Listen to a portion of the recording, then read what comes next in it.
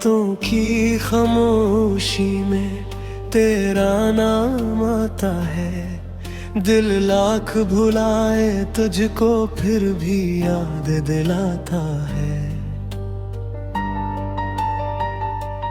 वो लम्हे वो बातें सब ख्वाब लगते हैं। तुम दूर हुए तो हम खुद से भी बिछड़ते हैं।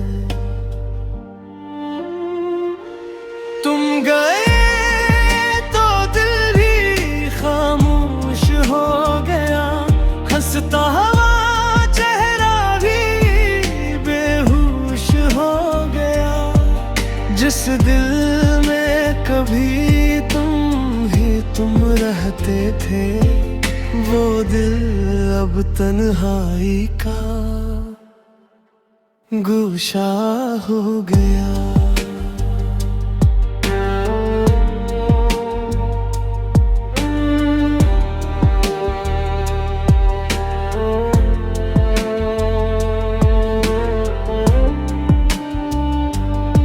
बारिश की बूंदों में तेरी सदा ढूंढूं, हर रास्ते पर बस तेरा पता ढूंढूं। तुम लौट के आओगे ये दिल को यकीन था, पर वक्त ने बताया सब ख्वाब था, गमगीन था। अब चांद भी तन्हा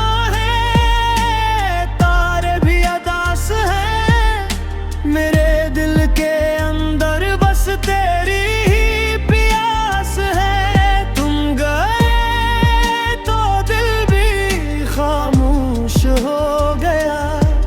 हर ख्वाब मेरा जैसे मध्यम हो गया।